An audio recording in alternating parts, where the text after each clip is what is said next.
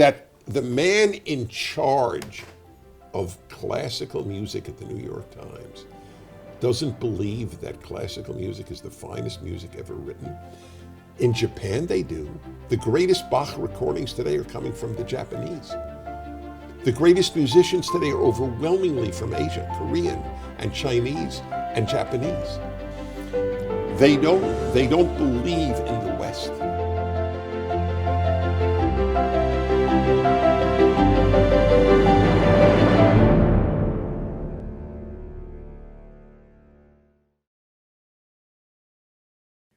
Dennis Prager is co-founder of PragerU, which was described by BuzzFeed News as one of the biggest and most influential forces in online media. Dennis is a nationally syndicated radio talk show host and columnist in the United States, based in Los Angeles, and author of 10 books or more. His most recent publication is a multi-volume commentary on the Torah called the Rational Passover Haggadah. Dennis was appointed by President Ronald Reagan to the US delegation to the Vienna Review Conference on the Helsinki Accords and by President George W. Bush to the US Holocaust Memorial Council. He holds an honorary doctorate of law from Pepperdine University, a highly sought-after public speaker and frequent cable news show guest. Dennis has lectured all over the world, including in Australia. His media career has spanned 5 decades. He is now known as one of America's most respected conservative thinkers and communicators. Dennis, it's very good of you indeed to give us some time, and I appreciate it enormously. I'm delighted and honored. Thank you very much. By the way, I just want to make one correction because it's so important to me, this latest project of my life. It's the Rational Bible. The Passover Haggadah is another issue, but I am writing a 5-volume commentary on the Bible, and it's meant for people of every faith and no faith. I only use reason. That's why it's called the Rational Bible. Reason is my vehicle to faith. Not everybody has that vehicle. We all have our own paths, but I just wanted to make that clear because no one writes a Bible commentary to get wealthy. So I have no compunction about noting it. And I hope this interview will elicit interest people in reading that, the Rational Bible. Okay. Thank you. Thank you. Queen Elizabeth II, revered, I think, around the world, and extraordinarily so in Republican America, seems to have really, I think, evoked enormous respect throughout her reign. Now she's passed. I think we've lost a noble figure, someone who was quite inspirational. She was regal. It fit her.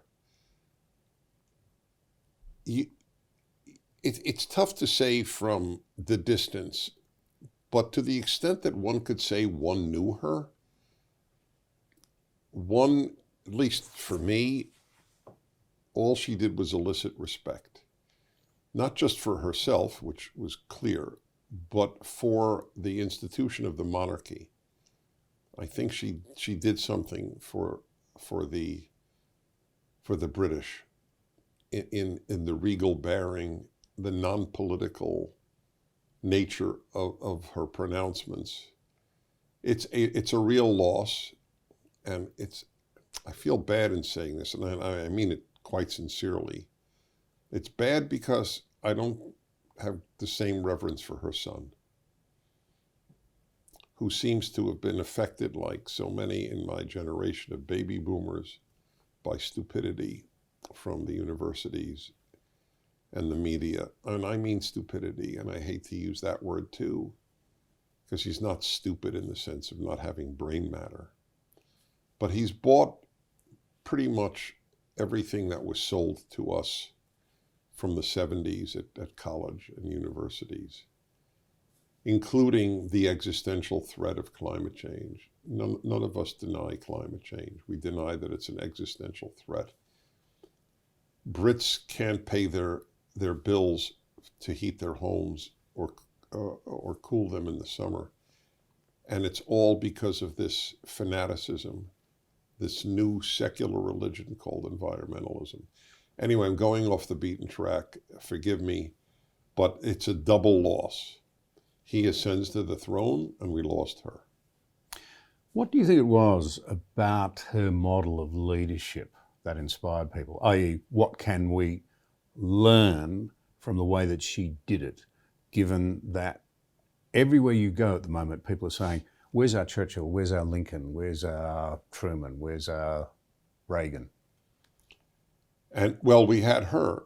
She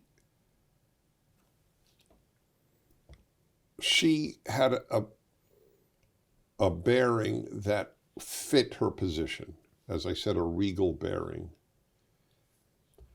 She didn't go for cheap thrills. There was a sense of dignity that I love about anybody. You could have dignity when you're 18. It's not a matter of age. So if I may be personal, and it may be even wrong to be self-referential here, but I'll take that risk. I have received calls, because I do a radio talk show, 40 years talking not only to people, but with people. Very common since, I guess, even my 40s. Young men would call and say, I just want you to know you're a father figure to me. And I thought about that a lot. Why was I a father figure to so many young men and continue to be? I only know it again from their saying it to me. Part of it is that they didn't have a father to have as a father figure. Huge numbers in this country. Huge, exactly. But the other is, I am at peace with being a grown-up. She was at peace with being a grown-up. This is not a concept one speaks about often. My generation of baby boomers, as we're called, the post-World War II children, did not want to grow up. A lot of my generation, never trust anyone over 30 was the stupidity of the age. And they didn't grow up when they became 60. Kids need grown-ups. It's a chaotic world for young people if grown-ups are not grown-ups. She was a grown-up, and it sounds little, but it's big. She carried this persona that meant a lot to people, including me. It often seems to me when I look at my own country, and I know you know a bit about Australia, we'll come to that in a moment, but that the three great guiding political philosophies, which I suspect in many ways derived from our Christian sort of heritage in their own way. One was a sort of social democracy, left of centre, Christian Democrats perhaps in the European tradition, then classic liberals, not in the sense that you mean them here in America, but classic liberals, small government, personal responsibility and all the rest of it, and then conservatism.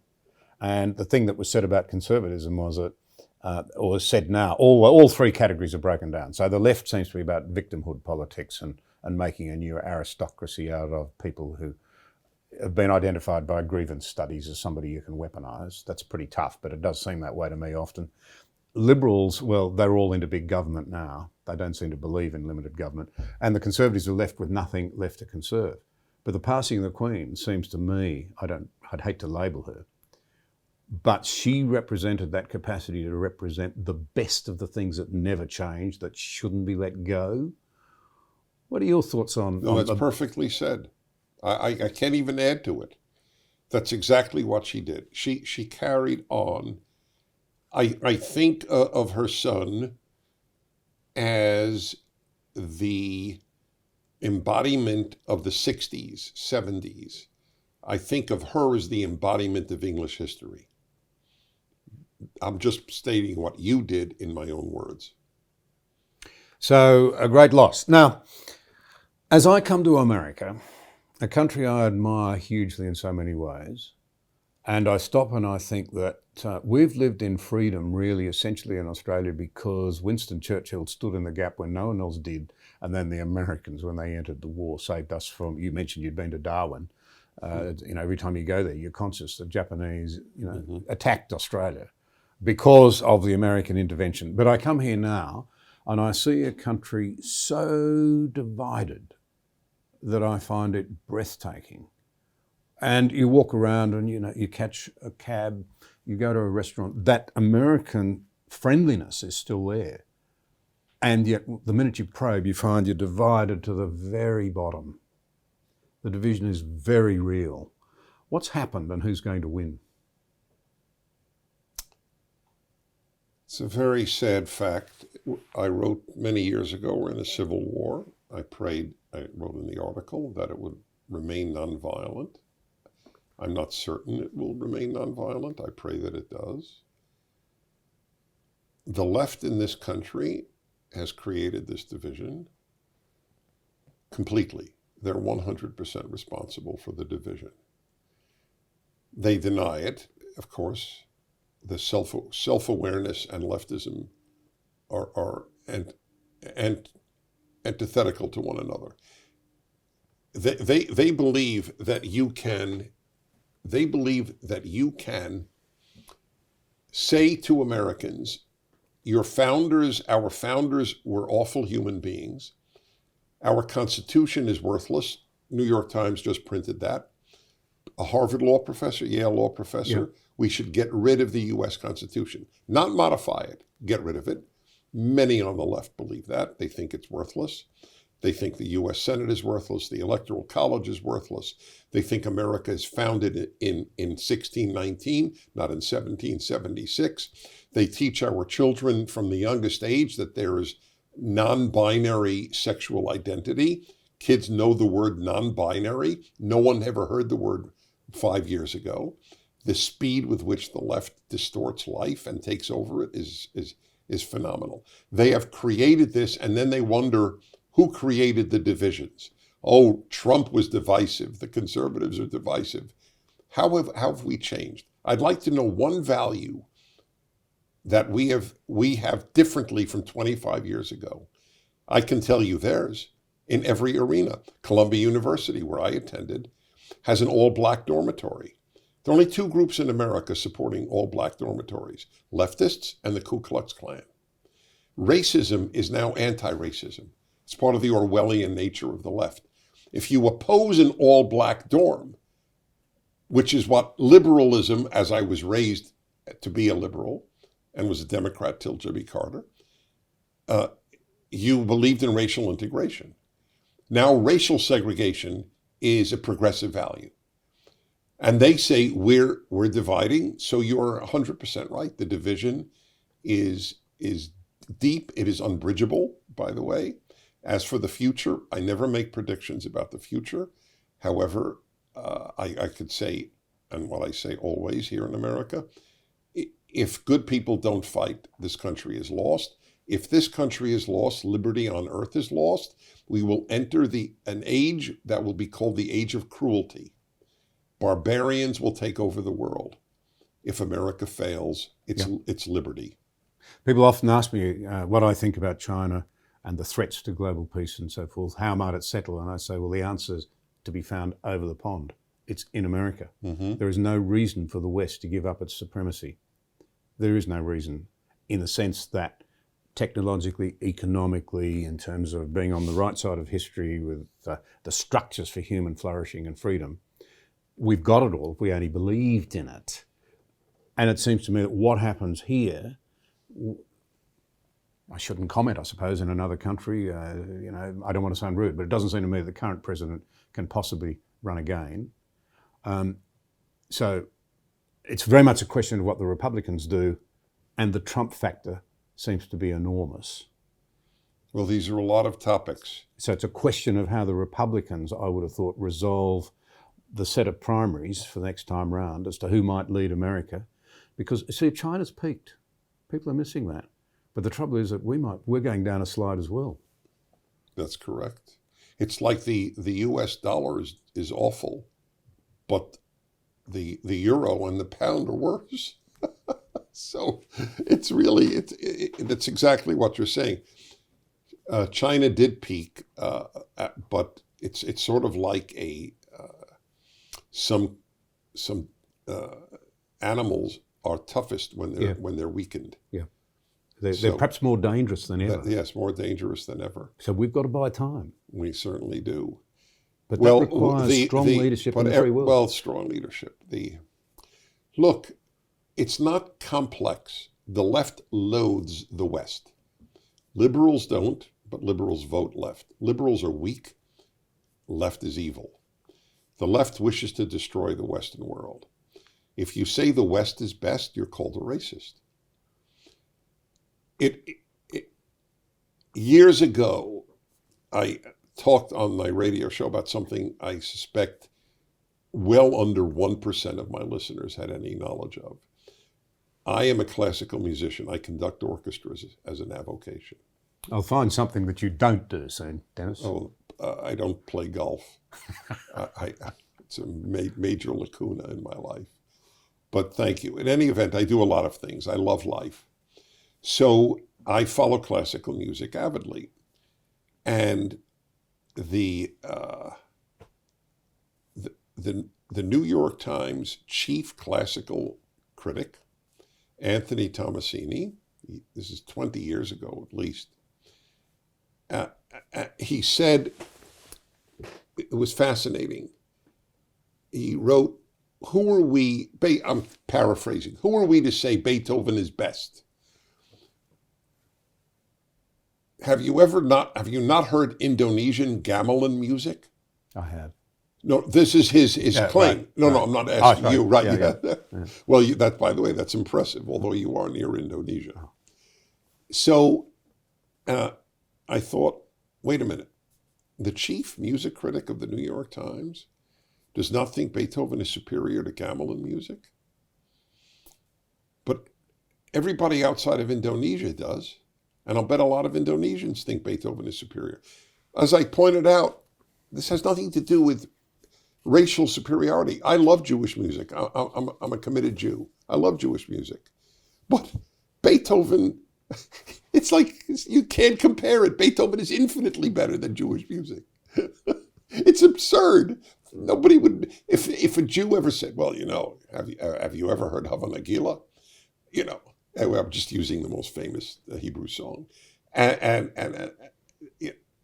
that the man in charge of classical music at the New York Times doesn't believe that classical music is the finest music ever written. In Japan, they do. The greatest Bach recordings today are coming from the Japanese. The greatest musicians today are overwhelmingly from Asia, Korean and Chinese and Japanese. They're the ones winning the Van Cliburn piano competition. Not Westerners, some Westerners, but overwhelmingly Asians. Why do they love Bach?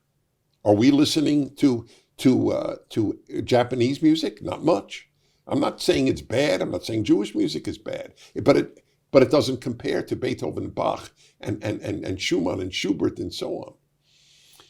They don't believe in the West. Shakespeare was taken down at the University of Pennsylvania. Do you know this? The English department, that's an Ivy League school, the University of Pennsylvania.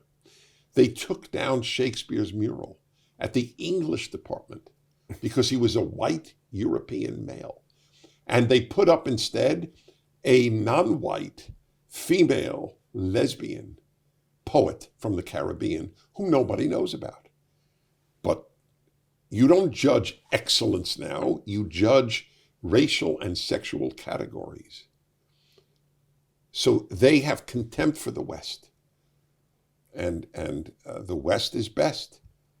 This has nothing to do with ethnicity. I'll just make one more point. Hitler was white and Stalin was white. You can't get more white than Stalin. Caucasian means from the Caucasus. He was Georgian. He was pure white. This is not a white issue. It's a values issue. The West is best because of Western values, not color. So where do those values come from? Because if, as now often said, politics in a properly functioning democracy is downstream of culture, well, culture and values are surely downstream of beliefs? Yes, totally. I see this completely, ultimately, as the collapse of Christianity in the West. Judeo-Christian values and Christianity as a religion, because it's the dominant religion. I say this as a Jew. I say this as not only a Jew and a committed Jew, but I say this as a Jew who wrote a book on anti-Semitism, delineating Christian anti-Semitism in Europe. I don't romanticize Christianity when I say its death is the death of the West. I am rooting for Christianity's survival as much as you, the Christian, is or are. So what is it about Christianity that's critical to Western democracy? The Bible. And the Bible teaches, Jordan Peterson's got very interested in this. He's talking. I'm well aware. I'm doing a seminar you talked with him earlier about on Exodus. I'm with his group that's doing it for the Daily Wire. It's a terrific series. Now, here's an interesting aspect of it. You mentioned a moment ago that people are looking to you as a father figure, and I'm sure they do. And by the way, I'll guarantee that a lot of them have great relationships with their dad. It's not just the ones who haven't got their dad. That's a fair point. You know, many of them are just looking for the wisdom of the correct. ages. That's a very good point. And I reckon they're the same young men that are flocking to hear Jordan Peterson. They recognise they've been, we'd say, sold a pup in Australianese, given thin gruel. They're actually looking for steak. Yeah. They're looking for steak.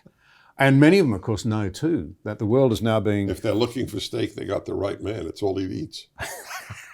Yeah, well, Jordan Peterson. Yes. But the grievance studies, you know, you score the history books looking for everybody who can be put up as a victim. But every time you got a victim, you got a victim maker. And they all happen to be young men, particularly white men, feeling that their masculinity is described as toxic. And they're saying, hey, wait a minute, there's more to it than that. It's very tough to be a young man or woman today. Yeah. The left has killed everything beautiful. They've killed romance. Romance, yeah.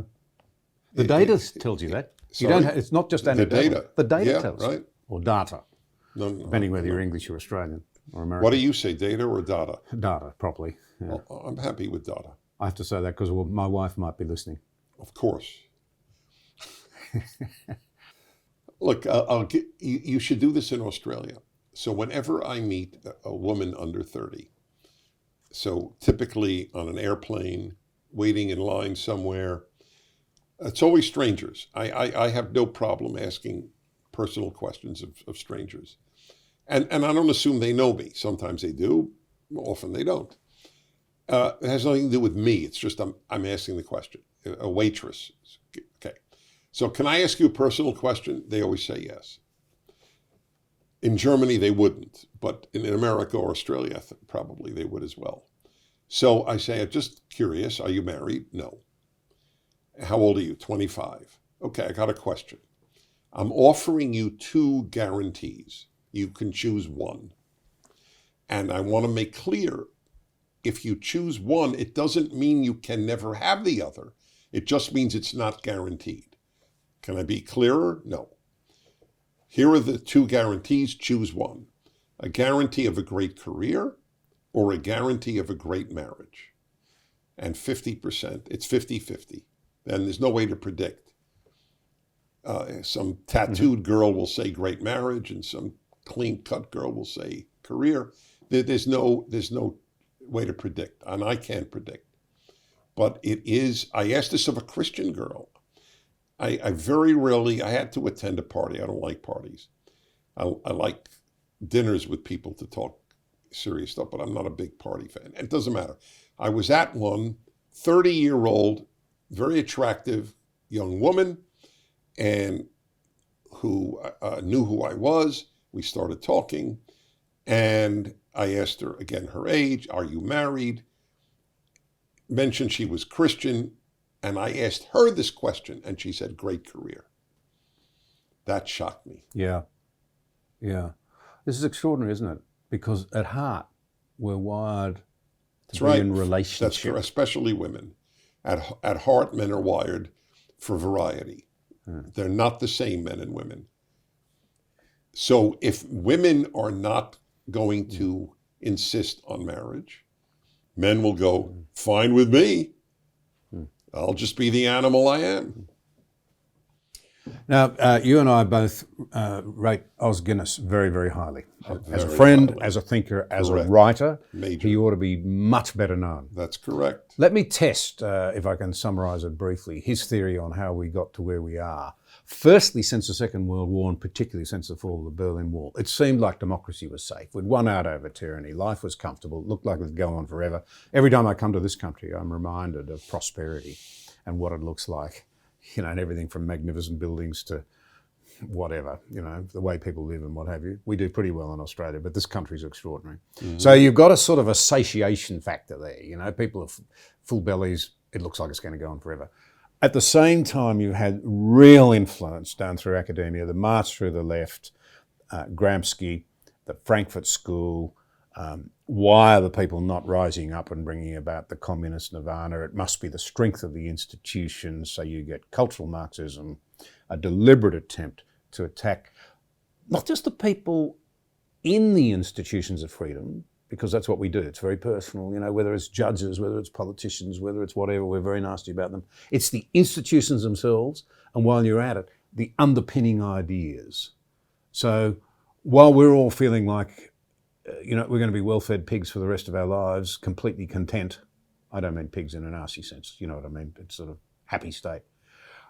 Our children are being subjected, and have been for a long time, to this deliberate indoctrination designed to topple the institutions that undergird our freedom. So I'll comment and then ask me if I missed something or mention it. I have a set of equations about life. So, for example, I have an equation in my happiness book. Unhappiness equals U equals I minus R. Unhappiness equals image minus reality. The difference between the image you had for your life and the reality of your life is how much unhappiness you have. I have a lot of equations. Here's another one. Let's see. Affluence plus secularism equals boredom and leads to leftism. It's a toxic combination, affluence and secularism. People are bored. Boredom is unrecognized at what a powerful force it is for evil in the world. What was it, the old saying? The devil finds work for idle hands? Yes, that's right. That's right. And that is entirely accurate. The entire alarmist, eccentric environmentalist movement, the world is coming to an end every 12 years, is rich, white, secular people. This is their boredom killer. What is more exciting than saving the world? I don't think I'm saving the world. I must admit, I'm trying to have a good influence, but saving the world from biological extinction, you can't get better than that. These people are crackpots, and they're destroying much of the world. Look at your energy poverty in Germany and in England. I just received here in California a notice on my phone. Curb your use of electricity, otherwise you will not have any electricity. In one of the richest places on earth, California, USA, in the first quarter of the 21st century, there's not enough power to power air conditioning. It's all because of the environmentalist movement, 100%. Someone said in Britain the other day, what did they have before candles? And the answer was electricity. Yes, that's a good one. That is a... Now, let's tease this out a little bit. You said that, modern secularists are bored and all the rest of it. This is a very interesting thing. Victor Davis Hanson talks about it, the astonishing wealth. We're here in California. Mm-hmm. Think Silicon Valley, think the tech giants. Think fewer and fewer people with vast amounts of money at a time when living standards for the middle and lower classes are collapsing. Mm-hmm. Once business leaders were ballast in many ways. They were socially conservative. They were fiscally conservative. If they lent on government, sometimes they were pretty cutthroat and sometimes they were self-interested. But they had no sort of desire to turn an entire society on its head. But it seems to me that a lot of these, sort of t-shirted, long-haired, thonged squillionaires now telling governments what to do. Is it really so secular? It's almost religious, isn't it? We've got to say... Oh, no, it is secular, but these are secular religions. Right. Yeah, I'm contrasting secularism with Bible-based faith. That's why you and I, you're Christian, I'm Jewish. I suspect we share more values than you do with many Christians and I do with many Jews. It's worth teasing out just a tiny bit, isn't it? Because there's a couple of features about them that are really odious to my way of thinking, apart from their objectives. One is the way in which they are so merciless. If you dare to disagree, you're cancelled. You're a bad person. I have a theory on that. And the other is the way in which, the gods must be satiated. The problem is the great unwashed. There's too many of them. Well, they're telling them not to have children. See, there's 7.5 billion people in the world, and you've got people saying, way well, we too can only many. support 1.5 billion. Yes, right. But there's less poverty than ever before, and there are more people than ever before. But I do have a theory on your first point on suppressing speech. So by incredible fluke, I cannot explain it, and I thank God for it. My field of study was communism. There were, in all of Columbia University, tens of thousands of students, I believe, with the graduate schools and the undergraduate. There were 7 of us, to the best of my recollection, who majored in communist affairs. We met at a table like this with our professor. By the way, it was Zbigniew Brzezinski, the national security, later the national security advisor to Carter. Anyway, this is one of the many things I learned studying the left all of my life. There is no example of the left being in power, not one, since Lenin in 1917, where they allowed dissent. Yeah. There is not one example. It is built into the left to forcibly shut down opposition. You must be loyal to the party. That's right. Leftism is totalitarian in its nature. Non-totalitarian leftism is liberalism. There is no connection between liberal values and left-wing values, but liberals vote left because they've been brainwashed to believe that the danger to liberalism comes from the right, not the left. So I come to America looking to the free world as an Australian, hoping that they can stabilise their differences, find a way forward, only to run into your president, and this is where it gets a bit tricky. I should be respectful of my host country while I'm here, but he is the leader of the free world as well, your president, essentially falling into line with those leftish values. He gives a speech in which he ruthlessly attacks a huge slab of his fellow Americans. And I've been a practitioner of the art.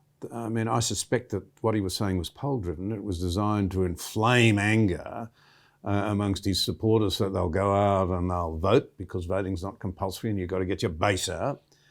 I wonder, because it was surprisingly fluent, whether there weren't a series of teleprompter screens there as he went through that speech. Probably, with a very unusual was. setting. But what this made me was that the commander-in-chief of not just America but the free world would not reach out and say, I might disagree with you about how you want to make America great, but surely we both agree we want it to be a great country. I would like Biden's supporter to show me one speech that Donald Trump gave that was nearly as divisive, nearly dismissing half of America in the terms that he did, against liberty, against the Constitution, against equality, against everything noble. MAGA Republicans, I don't even know what that means, but I guess I'm one. Make America Great Again Republican. I guess any Republican who voted for Donald Trump is a MAGA Republican. I think that's 71 million people. There has never been a speech like this in American history. It was the opposite of Lincoln.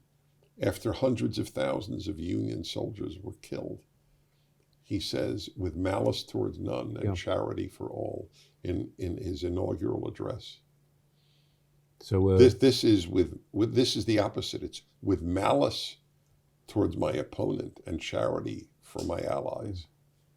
I found it an immensely distressing speech. He's an indecent man, but it doesn't matter. He's a leftist. Leftism makes you indecent. It does. But here's the rub. Picking up on something that Victor Davis Hanson's focused on a couple of times, you got your brains, you got your muscle. By that he means, you think COVID and the way the elites, wanted to shut everything down, retreat, have governments basically support them while they shut the economy down, what have you. The muscle part of the community couldn't do it. Whether it's the farmers, whether it's the people taking the product to market, value-adding it, distributing it, and then bringing it to your house while you're in lockdown, whether it's the people who nurse you when you're sick or police you when you're in danger or what have you, what is the idea, what is the thinking behind calling them deplorables and irredeemables? That's not the language that Biden used, but that is the language. It's ultimately to suppress them. If I can get half this country that votes Democrat to hate these people even more and to regard them as evil, then we can shut them down even more effectively. But people say to me, the country's more divided than it's been since the time before the Civil War. Isn't that incredibly dangerous, apart from incredibly unreasonable and unwise? If I were a betting man and the bet were, will this turn violent, I wouldn't bet in either direction. It's not a liberal conservative divide. It's a left-wing divide from everybody else. But I keep repeating, liberals vote for the opposite of their values. We conservatives believe in racially integrated dormitories. The left believes in racially segregated dormitories, and liberals continue to vote for them because they're weak. They're non-confrontational. It's like the artist who had, I don't know if you're familiar with this, Piss Christ. Yeah. The crucifix in his urine. How come he did that and not fearing that any one of 200 million or 150 million Christians in America, not one would hurt him? Think about that. Yeah. Would he put a picture of Muhammad in urine? Would he put a Quran in urine? Ask Salman Rushdie. That's correct. Who didn't do it in urine. He just wrote a novel, The Satanic Verses, which I don't even know why they picked on it, but it doesn't matter. The liberal confronts people who won't hurt him. Yeah. There's a deep, deep weakness in the liberal. Frank Ferruti, who I've had on my conversations a couple of times, says that the old divisions of left and right perhaps are a little less relevant now. We need to stop and think. It's almost become those who operate on the level of emotion and feelings, left brain thinking, if you like, versus those who still think following the data, learning the lessons of history, reason thinking matter. That's the greater divide? Any thoughts? It's a big part of it, but the irony is that's what they say. We're science and data driven. Conservatives are not. That's what I said. There's no self-awareness on the left. That's pure emotion. There's no such thing as male or female. That's emotion or science. As I asked them, I'm just curious. Are there any non-binary dogs? Non-binary cats? Not binary cattle? Non-binary sheep? How could there be we're in their view, certainly we're an animal. This is the only animal, you and I are the only animals that have no sex. That it's subjective. Right. So, and they say that they're science-driven. They were science-driven on masks. They were science-driven on lockdowns. Science-driven on the vaccine, which they now admit does not prevent COVID. They lied to us for well over a year. Now it doesn't prevent COVID. It minimizes its consequences. That's not a vaccine. And you have to keep taking boosters every time. And are we being given the science on the ill effects of the vaccine, especially on young people? I knew a man, healthy as the day is long. I am certain he died because of the COVID vaccine. Now, it may be an exception, but I think we need to know the truth about it. We've been lied to. The only truth tellers were in Sweden. It's fascinating. Who would have ever thought Sweden is my salvation? Sweden had no lockdown. No school was closed for one day for children under 16. No child died, no teacher died. And in my country, we deprived kids of school for 2 years. The only compensation is they didn't get indoctrinated for 2 years. You're driving along a major highway in America a couple of days ago. An electronic billboard, a very, very, very, very big one, came up. It simply read, "Biology is bigotry." No kidding, you saw that? Yeah, that's a new one. No one is born a woman. Right. Or a man, obviously. Yeah, that's fascinating. You saw that? Oh, I saw it. Did you get a picture of it? I wish I had. We were speeding by so quickly. Biology is bigotry. Yeah. That's perfect. And we're the anti-science people, not the people who put the billboard up. Yeah, amazing, isn't it? Okay, so let's come back then. You mentioned you'd been to Australia and you had some observations about it. Yes. So I've been there quite a number of times. I've lectured there a lot. So this is not the observation I had in mind, but I do want to share this. So Australia embodies something that I speak about on my radio show a lot. If you visit Minnesota, and I've been to all 50 states, so in Minnesota, there's a saying that Minnesota nice. People in Minnesota are known for being nice, and they are. So how do they elect awful, awful people? The defund the police type leftist, the America-hating representative like Ilhan Omar. This is from Minnesota. How do nice people elect bad people? So I love everybody, I'm just telling you, this is not to butter you up. Is that an Australian saying? Yeah, we use that one. Okay. Yeah. I like being buttered up, by the way. Oh, that's very sweet. That's I love your honesty. Australians are very friendly. You cannot not enjoy going to Australia. So you're Minnesota nice in Australia. Nice people electing totalitarians, basically, authoritarians at the least. But that's not the observation I wanted to share with you is seeing the movement to authoritarianism in Australia, which is what all movements leftward are by definition, and then the lockdowns that you had in your country, like in Melbourne, were evil, just evil.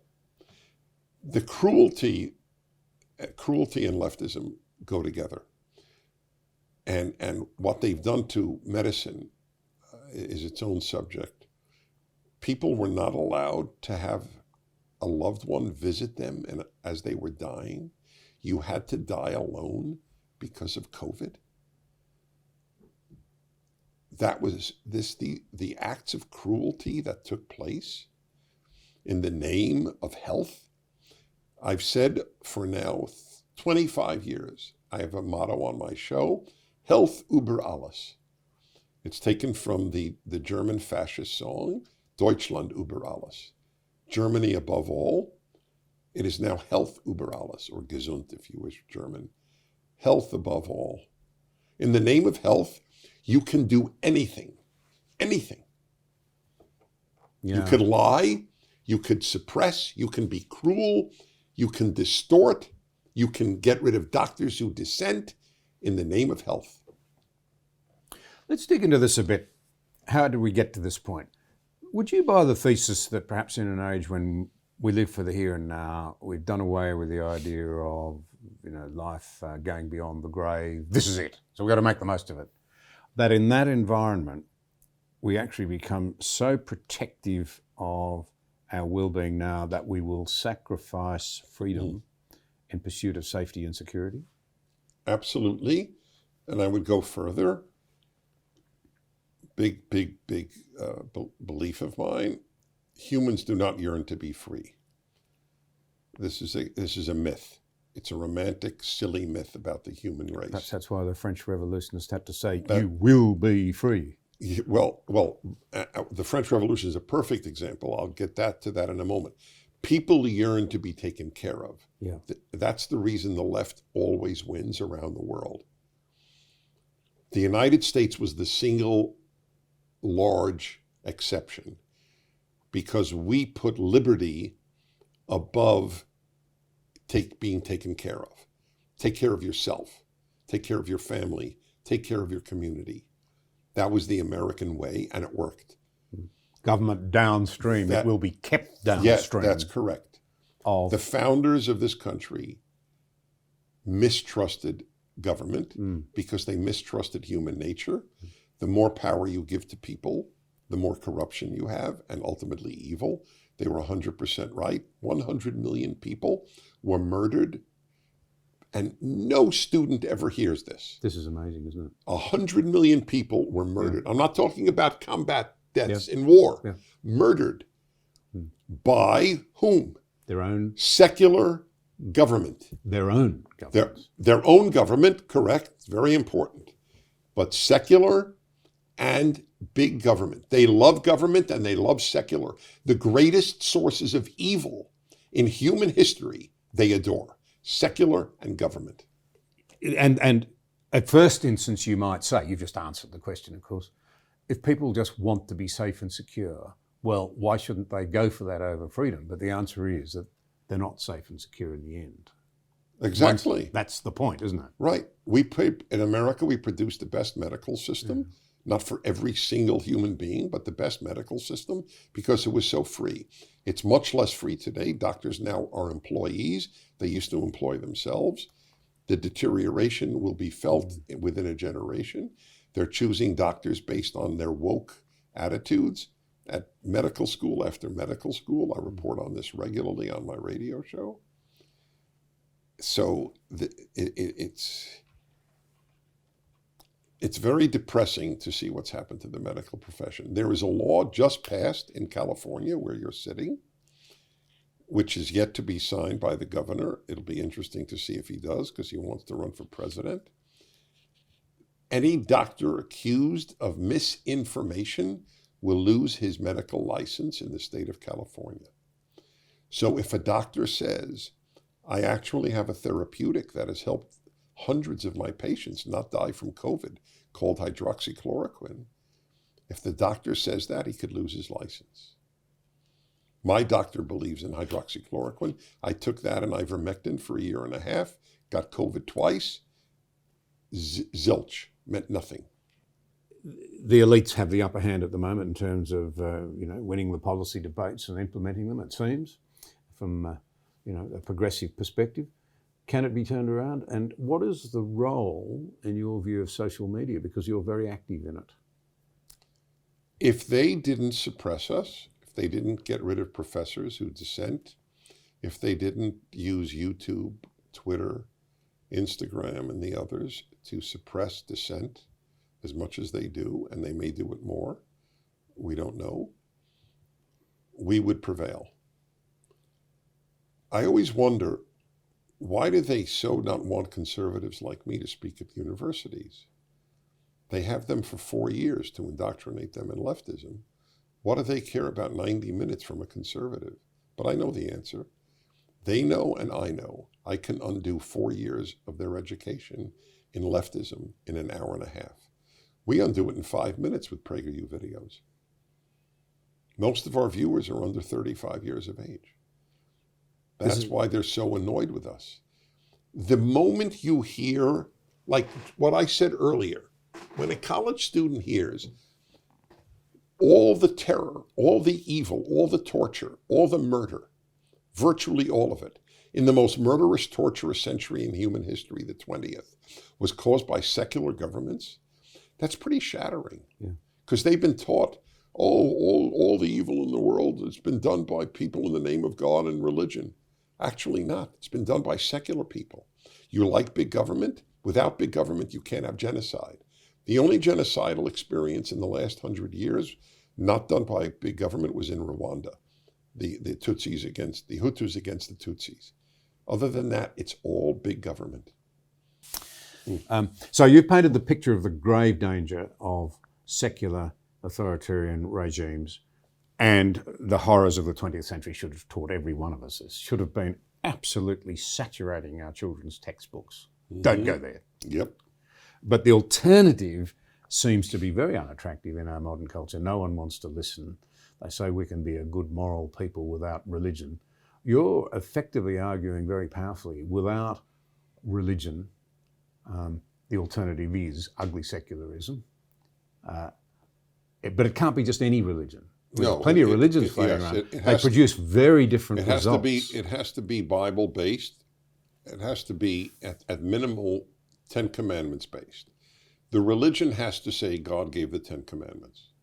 If it doesn't But say... they sound so restrictive and so against freedom. 10 Commandments? Well, that'd be the argument. Well, the people who say that are the ones who pass more laws than were ever passed in the history of religion. So they're in a very bad position to complain about laws. As I say, if you want to defund the police, there's a very simple solution. Just have everyone obey the 10 Commandments. You would need no police then. That's the solution to the surfeit of policemen if you have that. But it has to be one of those religions, and they are specifically Catholicism, Protestantism, Judaism, Mormonism, or LDS, as the Mormons like to call themselves, Latter-day Saints. But I don't care, by the way, which one you actually choose. It has to be rooted in the Bible. It has to be rooted ultimately in the Torah, the first 5 books, which Christianity and Judaism are rooted in. That's why my commentary is on the first 5 books. Everything is there. Love your neighbor, the 10 Commandments, the creation, Garden of Eden. The first 5 books are the most important books of the Bible. Without them, there's no Christianity, there's no Judaism. Even though obviously I revere the rest of the Bible, the prophets and the writings and so on. But that's where it all comes from. And you are taught today in American and probably Australian schools basically to either ignore or mock people who take that stuff seriously. Yeah, that's right. The mockery is severe. Very, very. But in your remarks, you really referred to 2 things that I think are very important. It's not, some people would say, well, the Bible's so tough and unreasonable. That would be to say that it takes a low view of humanity. You've got to obey all these laws because you're bad. But you've alluded to loving your neighbour, which is a high view of humanity. It holds in suspense. It's a low view of humanity. If you have a high view of humanity, you are not a serious Jew or Christian. I have contempt for people who think that people are basically good because they have willfully decided to be stupid. And I don't have no tolerance for that. I just debated an Orthodox rabbi, and it's on YouTube. Your people could watch it. Dennis Prager debate on people, human nature, people basically good. And the reason I debated him was it depressed me that an Orthodox rabbi would say people are basically good. There's no basis of that in Judaism. And for an Orthodox rabbi to say it was particularly disturbing. But there are no doubt that there would be Catholic priests or Protestant ministers who might say that as well. It's not only not biblical, but there's something wrong with you. Your ignorance of history has to be so great. You cannot know history and say people are basically good. I'm not even saying people are basically evil, but they're certainly not basically good. Why would there be so many laws, as you point out, if people are basically good? Why would there even be a law, love your neighbor as yourself? If you're basically good, you don't need that law. So we've got to hold in... Who committed all this evil in history? Yeah. Monsters? Extraterrestrials? No, ordinary human beings. Yes. That's the Goodness problem. is the outlier, not evil. Yeah. That was the great story about the survivor who came face to face with his torturer from the Gestapo. I've forgotten his name now. Eichmann. Eichmann. Yeah. And he said he burst into tears when he saw the man who'd tortured him in the Holocaust, because he was looking into the eyes of a person he realised was another ordinary human being. Well, that was Hannah Arendt's claimed, the banality of evil. Yeah. That's what she described, and it was specifically about Eichmann. Yeah. Let's finish on the positive. You celebrate life, you love life, you think it's worth fighting for freedom. Right. And you're doing everything you can on every front. That's right. Look, I'm lucky. I'm in so many ways. I pinch myself. I don't know. You know, people who suffer a lot, they go, why me? I have such a great life. I go, why me? Why am I so lucky? Yeah. Why did I get cancer 20 years ago? Why didn't I lose a child? I mean, it's endless. So I wrote, this is another reason I'm lucky. I knew what I wanted to do in high school. I wrote it. I still have the diary. I want to influence people to the good. That's the purpose of my life. That's what I wrote in third year in high school. And I didn't know how. I don't know, what am I going to do? You know, I had no idea what I do for a living. I knew what I wanted to do for a life, but I didn't know how I could make a living out of it. And God or luck just enabled me to have audiences from a very early age. And that's why there's PragerU with its 1 billion views a year, mostly young people. I wish we had 10 billion views a year, because it's a race against totalitarianism. I give you my word, I never sit back and think, gee, how much good we have done. I think of how much there is to do. But I do want to tell you about an oath that I took at Normandy Beach. This was life-changing. About 25 years ago, let's see, it would be 25. Yeah, I think, 25 years, maybe 30 even. I was with my family. They were little, obviously. The kids were very little. So it would be 25 years ago. I'm sorry, not that anybody gives a damn, but I'd like to be accurate. So I was there and I saw all these graves of American soldiers, very possibly Australian and Canadian. And it just rose as far as the eye could see. And the average age was 20 years old. Yeah. And this is what I said to myself, and I don't take oaths often. And I said, okay, if they could die for America and liberty, because America is about liberty, it's not just America. If they could die for America and liberty, the least I could do is live for America and liberty. And so that was a reaffirmation of what I wrote in high school, and that's what I devote my life to. Let me tell you something I'm very conscious of as an Australian. And I love my country, and my father was a serviceman, nearly lost his life in the battle against the Germans in the North African desert. Rommel, the famous German commander, referred to those Australian soldiers as the absolute cream of the British Empire, the finest men they'd produced. So I'm a very proud Australian. But I'm also deeply conscious that it was American muscle that secured my part of the world for freedom and prosperity, and that has maintained it ever since. There are other people now who are intent upon destroying that architecture that gives us freedom, the opportunity to lift people out of poverty, give them opportunity all over Asia. And that's just Asia I'm talking about here. You can talk about the rest of the world. The key to maintaining that is a coherent America that believes in its values.